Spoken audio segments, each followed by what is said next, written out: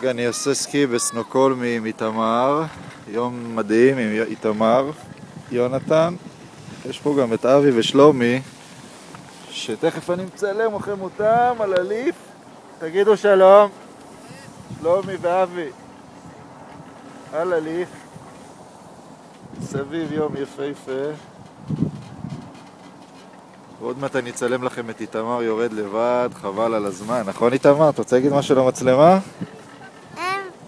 אני הלכתי לבד all the way down בלי ליפול פעם אחת. כל הכבוד. תעמוד.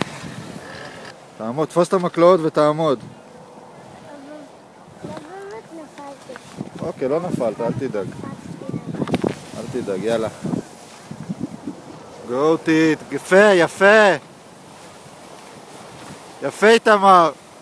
תמשיך. All the way. All the way.